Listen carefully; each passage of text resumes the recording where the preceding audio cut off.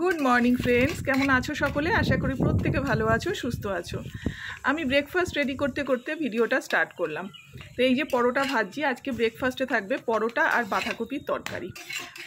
গতকালকে মার্কেট থেকে আমি ছোট ছোট বাঁধাকপি কিনে নিয়ে এসেছিলাম, সেটাই আজকে রেডি করে রান্না করেছি। এবং আজকে এই যে ব্রেকফাস্টটা আমরা কমপ্লিট করে ব্রেকফাস্ট ফিনিশ করতে করতে মাছালা চলে এসছে। আজকে মাছালার কাছে ভ্যারাইটি সেরকম নেই, চিংড়ি, লোটে, তেলাপিয়া আর বাটা রয়েছে। তো তার মাঝখানে আমি বাটা আর চিংড়িটাই কিনলাম আর কি। অন্য দিন ওর কাছে অনেক ভ্যারাইটি থাকে, মাছগুলো বেশ ভালো দেয়, আমি আগের ভিডিওতেই বলেছি। তো স্নান সেরে আমি পুজো দিয়ে নিয়েছি। আর এই যে এই আমার দাদু হয়, দাদুর সম্পর্কে আমি একটু পরেই বলছি। আর এই রান্নাটা তোমাদের সাথে শেয়ার করলাম না, থালিটাই একদম ডাইরেক্ট নিয়ে চলে আসলাম। আজকে ছিল পেঁপে সেদ্ধ, আলু উচ্ছে ভাজা, বাঁধাকপির তরকারি, টকের ডাল আর চিংড়ি আর আলু ডুমুডুমু করে কেটে ঝোল, আর আলু দিয়ে আদা জিরে দিয়ে পাতলা বাটা মাছের ঝোল। এই ছিল আজকের মেনু। তো দুপুরের খাওয়া দাওয়া সেরে সোজা চলে গিয়েছিলাম স্পেন্সারে মান্থলি গ্রোসারির জন্য। তো অনেক কিছুই নিলাম, একটা লম্বা লিস্ট হয়েছে। মোটামুটি আরও বেশ 3-4টে জিনিস আমি নিয়ারেস্ট শপ থেকে নিয়েছি আর কি। তা নিয়ারেস্ট শপ থেকে ওরাও শুনলাম বাড়িতে এসে ডেলিভারি দেয়।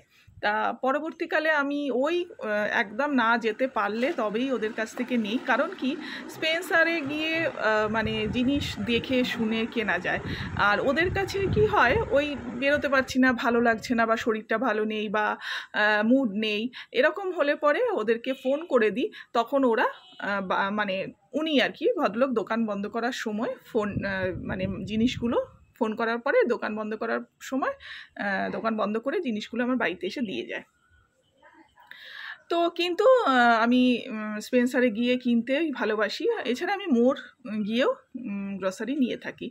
এই যে একটা লম্বা লিস্ট হয়েছে, আগেই বললাম। তা এগুলো এই কী কী কিনেছি সেটাই তোমাদের সাথে শেয়ার করছি।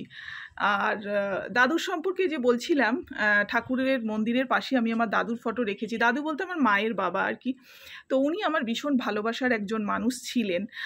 আজ আমার সাথে নেই, সেটা আমার কাছে খুবই দুঃখের এক কারণ আর কি। তো ওই মানুষটা আমার কাছে ভগবানের মতন ছিলেন, তাই জন্য আমি ভগবানের মন্দিরের পাশে তাকে রেখেছি এবং ধূপ দ্বীপ তাকে আমি দেখিয়ে থাকি সন্ধেবেলায় বা পুজোর সময়। তো ভিডিওটা তোমাদের কেমন লাগলো আমাকে অবশ্যই জানিও। আর আমি মানে দাদুর কথা আবারও বলছি যে সব থেকে যদি কেউ আমাকে ভালোবাসতেন পৃথিবীতে, সেটা আমার দাদু। তা একজন মূল্যবান মানুষকে আমি আমার জীবনের একজন মূল্যবান মানুষকে হারিয়ে ফেলেছি। তাও হারিয়েছি অনেক বছরই হয়েছে, তবুও এখনও ওনাকে আমি ভুলতে পারিনি। তাই এই যে এগুলো আবার কন্টেনারে সব মানে রাখতে হবে, এই একটা কাজ।